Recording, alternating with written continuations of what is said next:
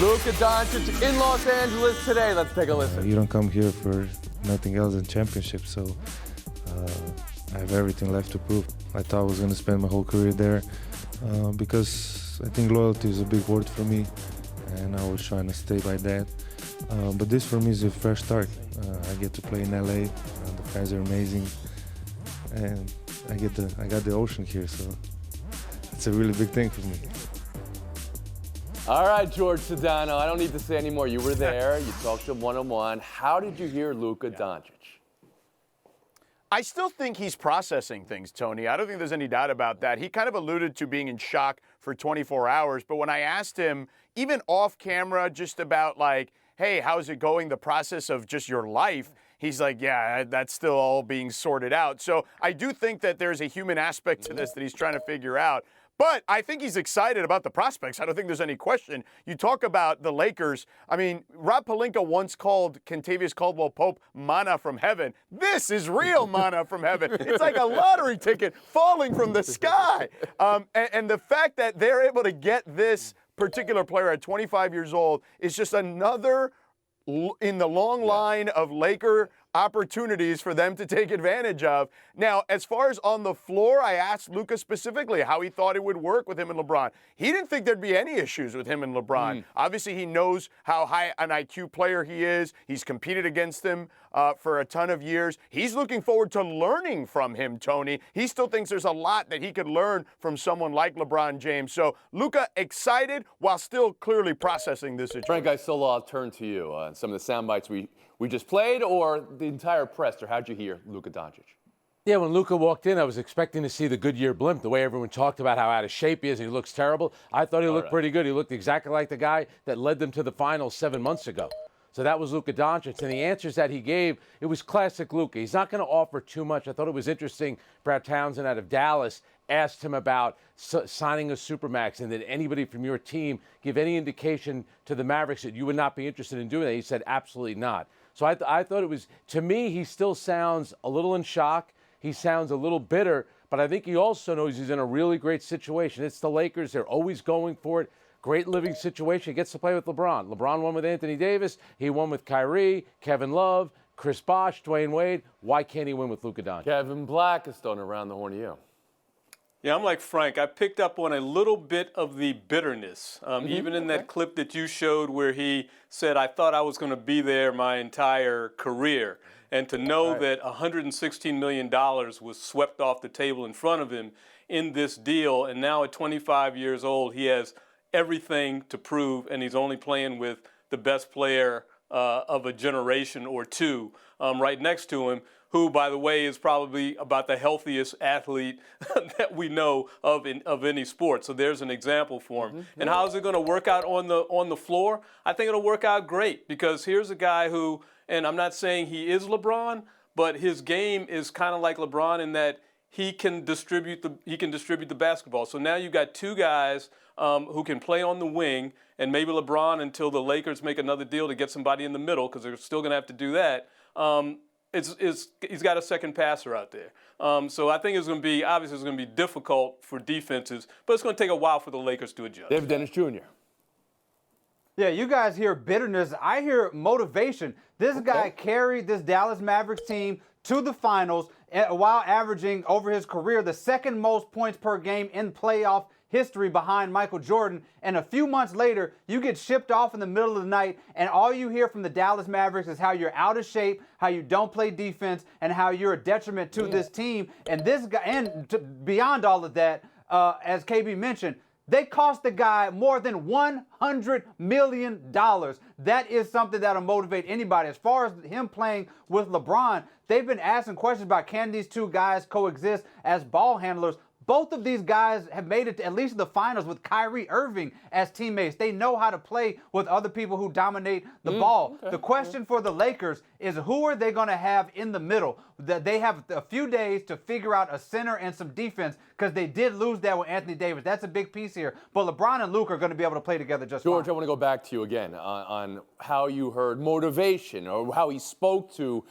his overall feeling after what seems to be, stages of grief, right? We talk about that. This is a real example of that, I think. Oh, I don't think there's any question, Tone. But once that guy gets on the basketball floor, he's a killer. So I don't think that stuff will last for too long once he gets on the floor, which could be potentially sometime in the next week or so. I think originally Dallas was hoping he'd get back before the All-Star break. Now, in regards to LeBron, though, real quick, I know Charles Barkley, and I love Chuck, has made some comments about them not being able to play together, and LeBron needs the ball in his hands. Austin Reeves has been the primary ball handler for the Lakers recently. That has been a real switch. So LeBron has played off the ball, and I think LeBron also remembers Dwayne Wade got off the ball for him. This is now an opportunity for LeBron to get off the ball for Luka in some ways and kind of play that Dwayne Wade role a little bit like I can see you Dwayne already did in going Miami. through the X's and O's here in your mind, George. You think this team yes, can get to contending this year?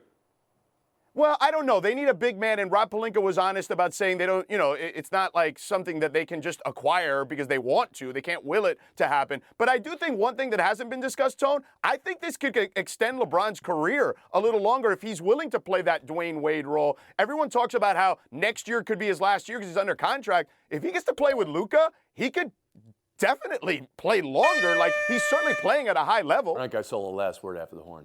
You know, it's amazing. Great players figure out a way. LeBron's first year in Miami, they eventually figured out. LeBron, first time he went to the finals, he had Larry Hughes and Zydrunas Ilgauskas. And last year, when you were looking at the Mavericks, you're thinking, Luka's really going to take Kyrie, Daniel Gafford, P.J. Washington, Derek Lively to the final, and that's exactly what he did by smoking everyone in the Western Conference. These two guys, I agree with everyone here, they still need help, but those two guys will Couple make it days work. before the trade deadline, not a lot to trade for LA. Maybe Pelinka could trade that jacket. That is a great look. You put that in black, I'm never taking it off. That is a great look. We'll move on. Now to that unbelievable headline.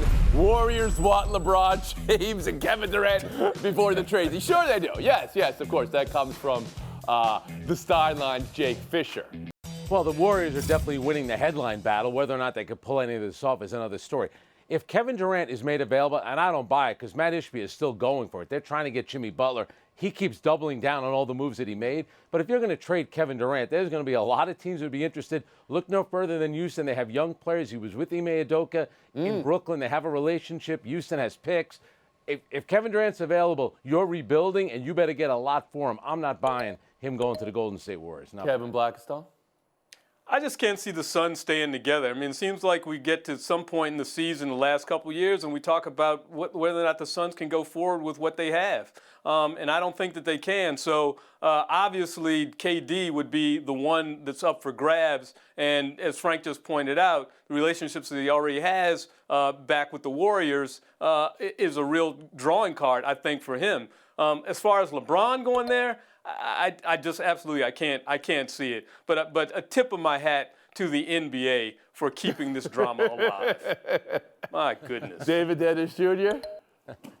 Let's start with the Golden State Warriors front office, who have been the masters of the hypothetical we shoulda, we coulda, we almost had it trade for the past 4 years. They almost had Paul George. They almost had Markkanen. They just this week said we almost had Zach LaVine and Vucevic together. Now we could almost get LeBron and KD 2 days before this, and failing in all of these trades while trying to act like they have something in store to give Stephen Curry a second option, which they have failed to do for the past few years. Now, Phoenix, on the other hand, Phoenix moving on for Kevin Durant would be the first smart thing that organization has done in some years, because that would mean they understand that Kevin Durant and getting some of those picks back will be the only option for them not to be mediocre at best for the next few years. They've mortgaged their future for the KD, Beal, Booker core, and that core has not worked, and it doesn't seem like it'll work anytime soon. The only option is to move on from KD. No disrespect to him because he's still one of the great players, but that's the only way that Phoenix can get out of the hole. So Phoenix should be looking to blow up the the Sun. Can you put out a destination for Durant then, David?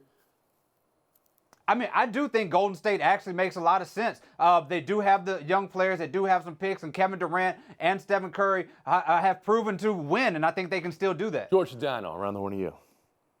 All right, Tony, let's start with the LeBron aspect of this. I don't believe LeBron's going to leave the Lakers. First of all, Dave McMenamin has already reported that LeBron is not leaving the Lakers. So let's start with that. And for reasons understandably so. First, they got Luka here, as I mentioned. That could extend his career. He wants to play with his son, and he's doing that with the Los Angeles Lakers. And if he went to the Warriors, let's just say in this hypothetical, it's a zero-sum game. He goes there. If they don't win a championship, it's his fault. He takes the blame. Why would he do that? In regards to Durant, I don't think Matt Ishbia, I think they're going to listen. I don't think he's trying to push Kevin Durant out the door. It would be smart because you're not trading Devin Booker. He just became your all-time leading scorer. He's going to be your son for life, basically. And Durant can actually net you something, whereas Bradley Beal seems to be a negative asset in the marketplace at the moment. I think, if anything, Paul George kind of still makes the most sense for the Warriors as far as someone who's attainable. Frank, I saw it. Give you the last word here.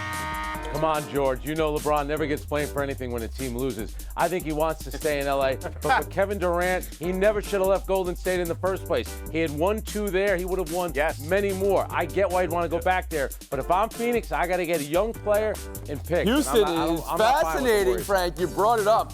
Would Houston make a move, though, after everything they did, roster construction, and how they're ahead of schedule now in the top half of their conference? I don't know. Taking a break. Buy or sell next.